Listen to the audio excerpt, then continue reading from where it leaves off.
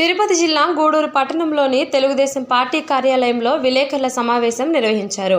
ఈ సందర్భంగా మాజీ ఎమ్మెల్యే పాసెం సునీల్ కుమార్ మాట్లాడుతూ టీడీపీ జాతీయ అధ్యక్షులు చంద్రబాబు నాయుడు సభలకు ప్రజల నుంచి వస్తున్న విశేష స్పందనను చూసి సీఎం జగన్మోహన్ రెడ్డితో సహా వైసీపీ నాయకులకు ఓటమి భయం పట్టుకుందని ఆయన అన్నారు. దళితులకు అన్ని విధాలా న్యాయం చేసిన పార్టీ ఏకైక పార్టీ తెలుగుదేశం పార్టీ అని తెలుగుదేశం పార్టీ వ్యవస్థాపకులు మాజీ ముఖ్యమంత్రి నందమూరి తారక రామారావు, మాజీ ముఖ్యమంత్రి నారా చంద్రబాబు నాయుడు దళితుల సంక్షేమం కోసం ఎన్నో సంక్షేమ పథకాలు తెచ్చిన ఘనత తెలుగుదేశం పార్టీదే అన్నారు. రానున్న ఎన్నికల్లో వైసీపీకి అన్ని వర్గాల ప్రజలు ఓటుతో బుద్ధి చెప్పేందుకు సిద్ధంగా ఉన్నారన్నారు. ఈ కార్యక్రమంలో జిల్లా అధికార ప్రతినిధి Billu Chenchuramaiah, Duvvuru Ravindra Reddy, parliament Christian cell అధ్యక్షుడు ఇస్రాయేల్ కుమార్, నియోజకవర్గ మైనార్టీ అధ్యక్షులు ఎండి అబ్దుల్ రహీం, ఎస్సీ అధ్యక్షులు ఏసుపాక పెంచలయ్య, నాయకులు శ్రీనివాసులు, కృష్ణయ్య, నాగేంద్ర, రవికుమార్, సురేంద్ర, గురవయ్య, వెంకటయ్య, సురేష్, అలీ హుస్సేన్, నజారుద్దీన్, యువత సునీల్, సందీప్, నాగార్జున, మహజన సైన్యం చేవూరు సురేంద్ర, లీగల్ సెల్ అధ్యక్షులు చైతన్య తదితరులు పాల్గొన్నారు. ఆయన మొట్టమొదట అక్కడ ప్రారంభించిన విషయాన్ని కూడా మీకు తెలియజేస్తున్నాం.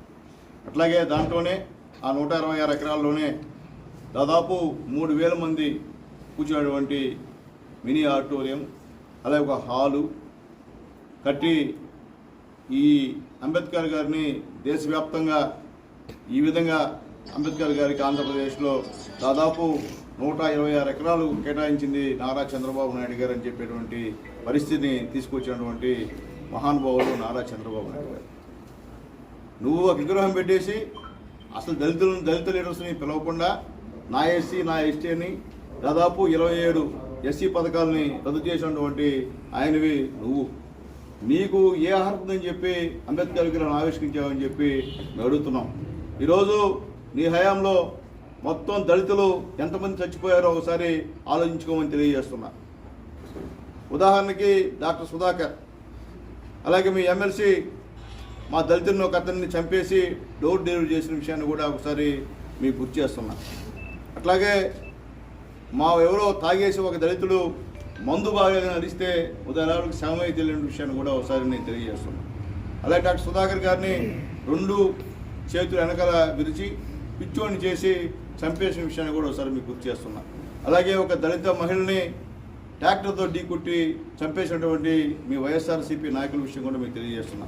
ఇప్పటి వరకు కూడా వీటిపైన విచారణ లేదు. పోలీస్ స్టేషన్లో నో కేస్, ఎందుకంటే వాళ్ళు వైఎస్ఆర్సీపీ నాయకులు కాబట్టి. ఇంతమంది దళితులను పొట్టన పెట్టుకున్నటువంటి మీరు అంబేద్కర్ విగ్రహానికి ఆవిష్కరించేది అర్హత లేదని చెప్పి మీకు తెలియజేస్తున్నా. మీ భజన పరులు, ఎస్సీ మంత్రులు, ఎస్సీ ఎమ్మెల్యేలు సిగ్గు లేకుండా అభినవ్ అంబేద్కర్ అంట. ఏమయ్యా, అంబేద్కర్కి నీకు తేడా ఉందంటే నక్కకి నాగులోకి తేడా. అంబేద్కర్ ఎక్కడ, నువ్వెక్కడ? సిగ్గు లేకుండా మీరు దళితులుగా మీరు నిజంగా మీలాంటి దళితులు ఎందుకున్న బాధగా ఉంది. అంబేద్కర్ గారిని పోల్చమైందా ఎవరితో? అంబేద్కర్ లెజెండ్. అంబేద్కర్కి ఎవరు సాటి లేరు. అది ఎవరైనా కావచ్చు. ఈ యొక్క దేశంలో అంబేద్కర్ అంతే. ఆయన పెట్టుకుని అభినవ్ అంబేద్కర్ అంటారు.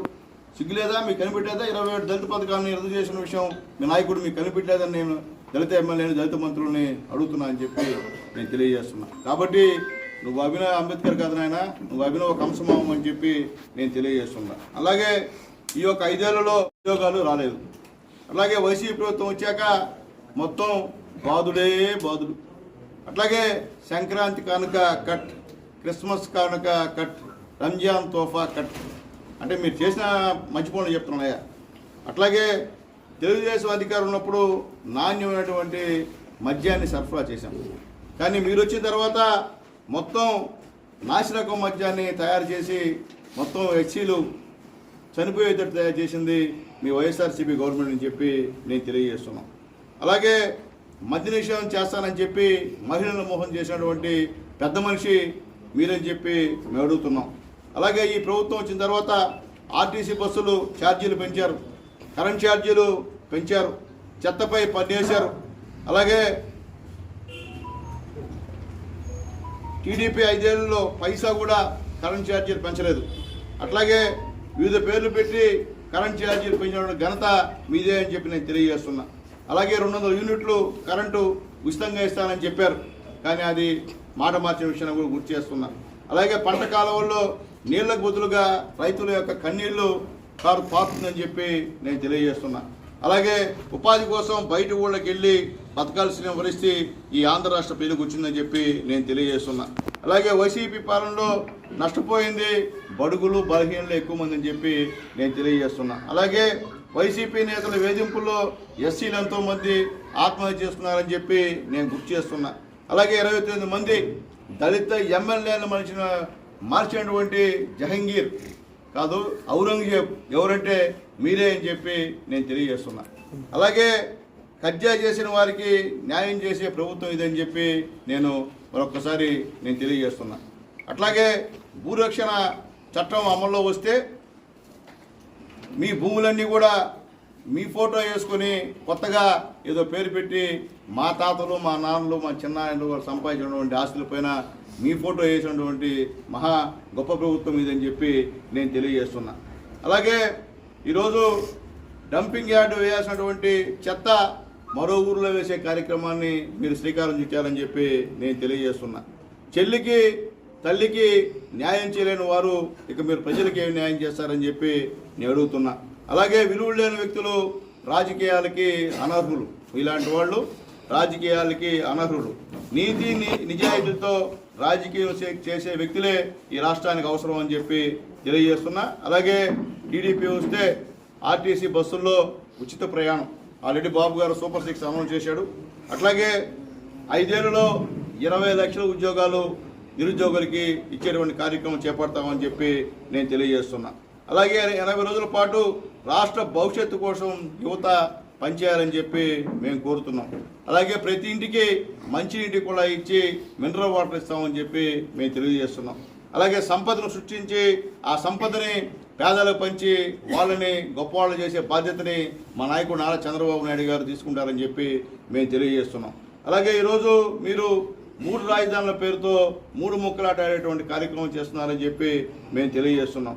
అలాగే ఈ రాష్ట్రంలో ఇసుక మట్టి దోపిడీ చేసేటువంటి కార్యక్రమం, అలాగే రాష్ట్రంలో గ్రానైట్, అలాగే క్వార్జ్, సిలికా మొత్తాన్ని మీరు ఈరోజు కబ్జా చేస్తున్న విషయం, అలాగే తినేస్తున్న విషయాన్ని కూడా ఒకసారి మీకు తెలియజేస్తున్నా. అట్లాగే ముఖ్యంగా తెలుగుదేశం పార్టీ హయాంలో అరకులో పండుతున్నటువంటి కాఫీ పొడికి అంతర్జాతీయ గుర్తింపు తెచ్చినటువంటి ఆయన ఎవరంటే చంద్రబాబు నాయుడు గారు అని చెప్పి మరొకసారి మీకు నేను తెలియజేస్తున్నా. అరకు కాఫీ ప్రపంచ స్థాయిలో గుర్తింపు కలిగించింది తెలుగుదేశం పార్టీ అని చెప్పి నేను తెలియజేస్తున్నా. దావోస్లో కూడా అరకు కాఫీని ప్రమోట్ చేసినటువంటి వ్యక్తి నారా చంద్రబాబు నాయుడు గారు అని చెప్పి మీ అందరూ కూడా ఒకసారి నేను తెలియజేస్తున్నా. అట్లాగే ముఖ్యంగా డాక్టర్ బాబాసాహెబ్ అంబేద్కర్ విగ్రహాన్ని ఆవిష్కరించి ప్రజలకి సామాజిక న్యాయం చేశావని జగన్ చెప్తున్నాడు. నువ్వు నిజంగా సామాజిక న్యాయం చేస్తుంటే జీవో నెంబర్ 3ని ఎందుకు రద్దు చేశావో అని మేము అడుగుతున్నాం. అట్లాగే జీవో నెంబర్ 3 రేపు తెలుగుదేశం పార్టీ గెలిచిన తర్వాత మళ్ళీ అవి తీసుకొచ్చి ఉద్యోగాలు ఇచ్చే బాధ్యత తెలుగుదేశం పార్టీ తీసుకుంటుందని చెప్పి మేము తెలియజేస్తున్నాం. అవసరమైతే కోర్టుకి వెళ్ళినా సరే జీవో నెంబర్ 3ని సాధిస్తామని చెప్పి తెలుగుదేశం పార్టీ చెప్తుందని చెప్పి నేను తెలియజేస్తున్నాం. అలాగే ముఖ్యంగా పోలవరం ముంపునికి గురైనటువంటి 7 మండలాలకు టీడీపీ ప్రత్యేక జిల్లాను ఏర్పాటు చేసే కార్యక్రమం కూడా చేస్తామని చెప్పి మేము తెలియజేస్తున్నాం. అలాగే టీడీపీ పాలనలో 70% పూర్తి చేస్తే జగన్ రెడ్డి ఆ 20% చేయకుండా ఆ ప్రాజెక్టులందరూ కూడా నాశనం చేసిన వ్యక్తి జగన్మోహన్ రెడ్డి గారు అని చెప్పి మేము తెలియజేస్తున్నాం.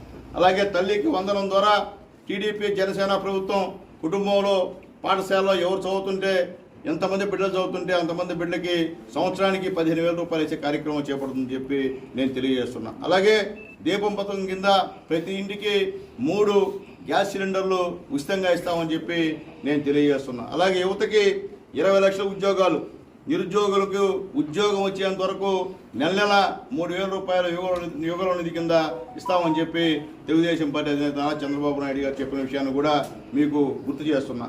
అలాగే రక్షక నీటి పథకం ద్వారా శుద్ధి చేసి కుళాయిల్లో నీళ్లు ఇస్తామని చెప్పి తెలియజేస్తున్నాం. అలాగే పేదలని సంపన్నులు చేసే బాధ్యత తెలుగుదేశం పార్టీ తీసుకుంటుందని చెప్పి మేము తెలియజేస్తున్నాం. అట్లాగే ముఖ్యంగా ఈరోజు అధికారం వచ్చిన తర్వాత అంగన్వాడీ టీచర్స్ దాదాపు ఈరోజు 40 రోజు అనుకుంటా, 38 40 రోజు 41వ రోజు ఈరోజు కూడా పాపము వాళ్ళు విధులకి పోకుండా వాళ్ళ